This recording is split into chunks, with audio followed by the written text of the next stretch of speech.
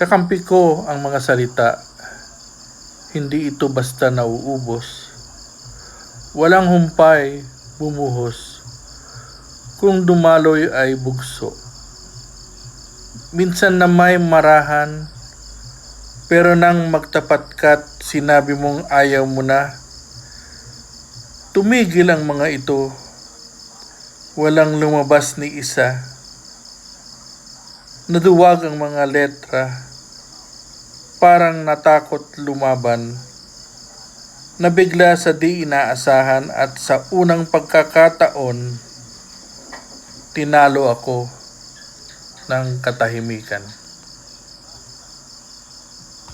Nabingi ng katahimikan ng dating karagatan, napuno ng tuwa at kaligayahan na di masukat sa kalawakan.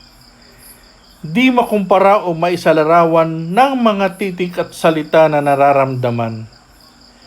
Ngayoy disyerto na puno ng kalukutan, galit sa nainis sa katanghaliang malamig, napakikitungo sa kinagabihan, lupang tuyo, walang luntiyang batis, may pusong batuhan, tubig sa bukal, may kapaitan noong lumisan si diwata ng pag-ibig at kaligayahan.